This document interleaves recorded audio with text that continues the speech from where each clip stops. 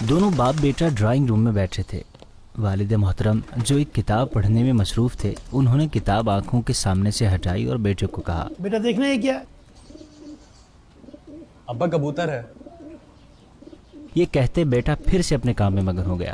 والد جو اب اپنی ریٹائرڈ زندگی گزار رہے تھے, جانے ان کے ذہن میں کیا چل رہا تھا کہ انہوں نے دوسری بار پھر مسکراتے ہوئے انداز میں پھر شرارت بھرے لہجے میں بیٹے کو مخاطب کیا, بیٹا دیکھنا ہے کیا؟ ابا بتایا تو ہے کبوتر ہے, اور کیسے بتاؤں؟ والد نے مسکراتے ہوئے اسے دیکھا اور پھر سے کتاب پڑھنے لگے اور بیٹا اگین کام میں مشغول ہو گیا. والد نے ایک بار پھر اسی شرارت مگر تجسس بھرے انداز میں پھر بیٹے کو آواز دی, بیٹا دیکھنا ہے کیا؟ ابا آپ دیکھ بھی رہے ہیں کہ میں کام میں مصروف ہوں. آپ کو میں 2 بار بتا چکا ہوں کبوتر ہے, لیکن جانے آپ مجھے پتہ نہیں کیوں ڈسٹرب کر رہے ہیں اور ایک سوال بار بار کیوں پوچھ رہے ہیں.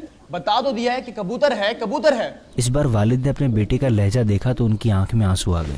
وہ بے ساختہ وہاں سے اٹھے اور جا کر الماری سے ایک ڈائری نکالی اور اس میں موجود ایک تحریر کو پڑھنے لگے. اسی دوران بیٹے کو کچھ محسوس ہوا کہ شاید اس کے والد کو برا لگ گیا, تو وہ اٹھ کر ان کے پاس چلا گیا.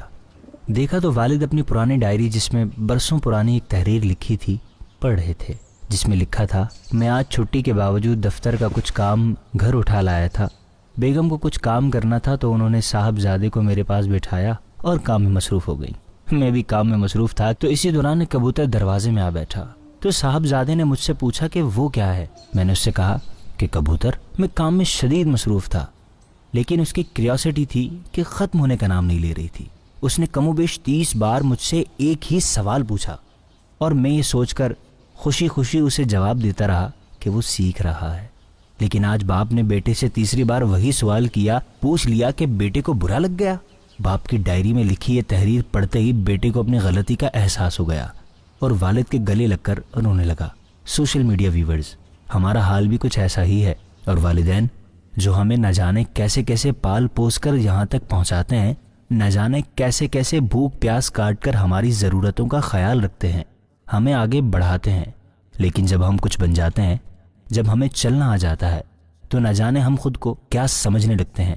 یقین جانیے والدین وہ نعمت ہے جن کا آلٹرنیٹ کہیں موجود نہیں. کائنات کی ہر شے مل سکتی ہے, لیکن والدین دوبارہ نہیں مل سکتے, نہ ہی ان کا آلٹرنیٹ مل سکتا ہے. خدا را اپنے والدین کا احترام کیجیے.